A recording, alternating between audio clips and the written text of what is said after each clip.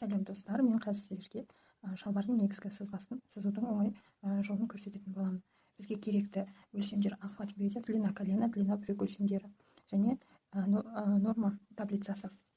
Норма таблицасын қазір скринда алсаңыздар болады, осы тұрған жерінен телефондарыңызға мындағы 50 деген адамның бойы, 55-70 деген НП деген қазір бізге шалбардың сызбасын сызуда қолданылатын өлшемдердің бірі болып саналады. Және бұл жерде ең бірінші айта кететін жағдай мындай формула бар. НБ дейді, охват бюджетті 20-ға бөлгенде тең, К дегеніміз НБ-ны 2-ге бөлге тең. Н средний дегеніміз НБ минус НП бөлінген 2-ге тең. Және осы арқылы біз қазір мынандай шалбардың сызбасын сызатын боламыз. Бұл шалбарды мен где-то 10 шақты рет сызғанмын.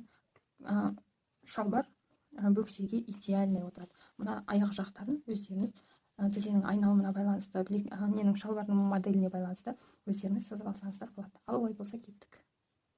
Төменгі жақтан, жоғары жақтан 5 см төмен түсеміз. Мендегі бұл линейка, масштаб линейка 5 см төмен түсеміз де старттық нүктені белгілейміз.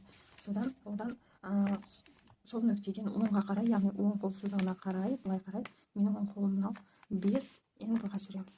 Мына жерге жазып қояйын, 5 НБ. Ал бізде НБ дегеніміз ол охват бюджеті 20-ға бөлінуге тең, яғни менде 110 см охват бюджет, оны 20-ға бөлсем 5 деген сантиметр шығады. Енді сол 5 сантиметрді 5-ге көбейтемін, яғни 5 НБ болғандықтан мына жерге 5-ге 5 қойсам, оны 5-ге көбейтсем 27-де 5 деген өлшем шығады. 27-де 5. Міне менің 27-де 5 мына жер. Осы жерден тоқтаймын. Бұл нүкте бізде мынау А нүктесі деп алсақ, онда мынау Б нүктесі. Және тура солай төменге қарай 27-де 5 болатындай өлшеп алып квадрат сызамыз.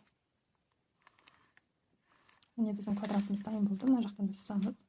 27-де 5. 27-де 5.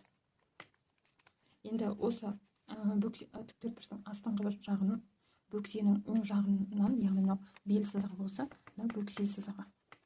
Бөксе сызығының оң жағынан бір НБ қосып сызамыз. Ол дегеніміз 5-те 5. Мына жерге бір НБ қосып сызамын. Сосын осы бөксе сызығын 2-ге бөліп шалбардың қырын табамыз. Мынаның толық өлшемі 34. 34-ті 2-ге бөлсем 17. 17 деген бұл шалбардың қыр сызығы. Осы қыр сызығы көп нәрсені шешеді.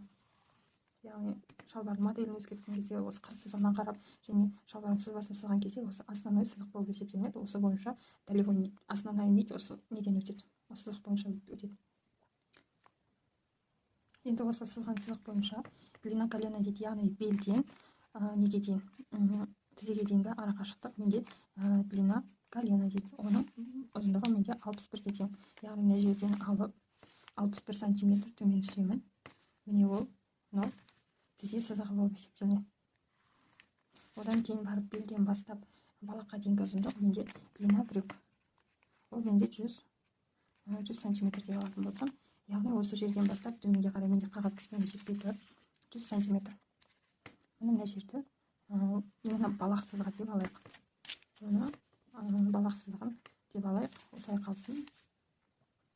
Енді балақ сызығын табу үшін бізге N средний деген формула қажет болады. N средний деген норма бедра қосылған NP бөлінген 2-ге тең. Бізде NB дегеніміз 5-те 5-ге тең. Ал жаңағы не бойынша, дәптердегі сызба бойынша бойым 165, яғни 5-те 1 болады. Қосылған 5-те 1 бөлінген 2.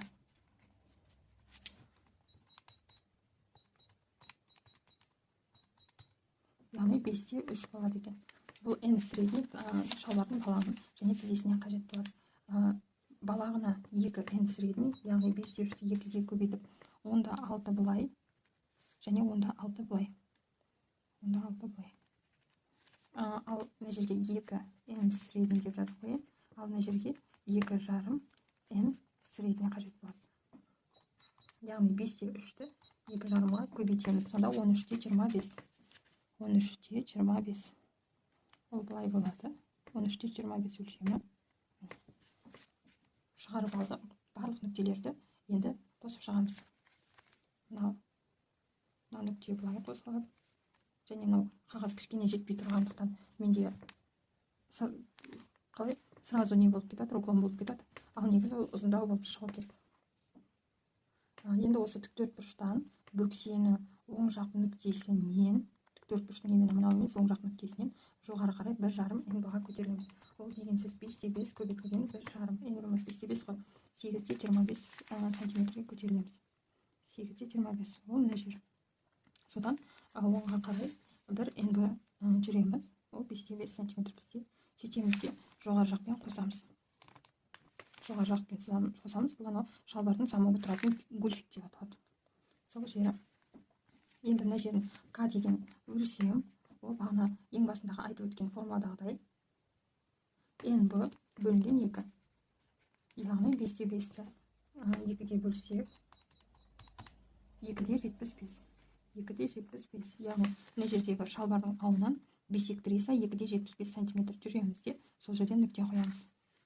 Содан осы нүктелерді қосып шығамыз.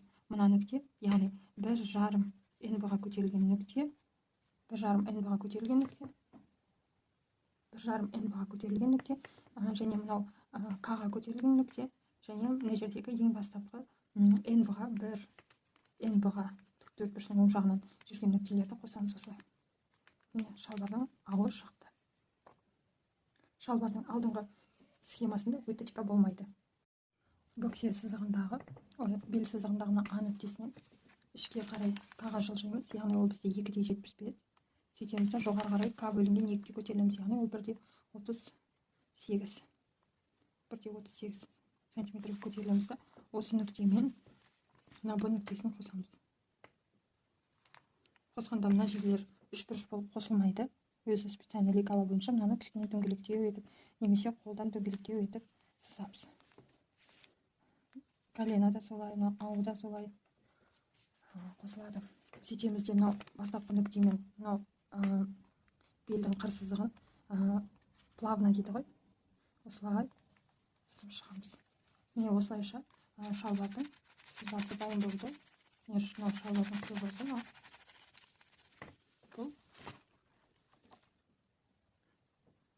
Бұл шалбардың алдыңғы сызбасы.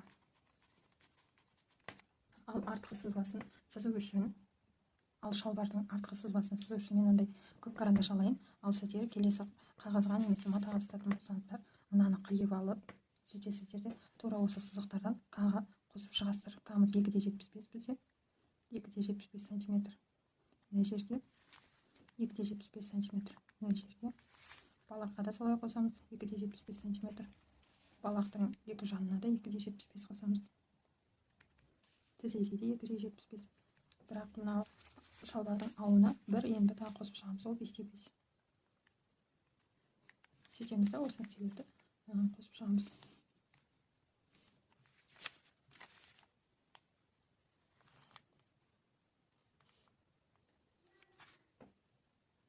Мынау бел сызығы, яғни Б деген нүкте бар ғой. Мынау бізде гульфик болса, К деген нүктеден солға қарай, яғни сол қолға қарай 2,75, яғни К-ға жылжимыз және К-ға көтерілеміз. Осы жерден нүкте қоямыз. Ал мына А деген нүктеден, бел сызығында сол жақ нүктеден солға қарай К-ға жылжытамыз. Ол деген 2,75 бізде. К-ға жылжытамыз да сол нүктеден жоғары қарай К-ға көтерілеміз. К бөлінген 2-ге көтерілеміз. К бөлінген 2-ге көтерілеміз да осы жерден нүкте қоямыз. Сосын оң мен сол жақтағы көтерілген нүктелерді осы мынау нелермен қосып шығамыз. Бөксе сызықтармен қосып шығамыз. Мынау және мынау қосылғанда былай қосылады ғой. Кішкене шалбардың ауының сызығы осылай қосылып шығады және мынау былай қосылады.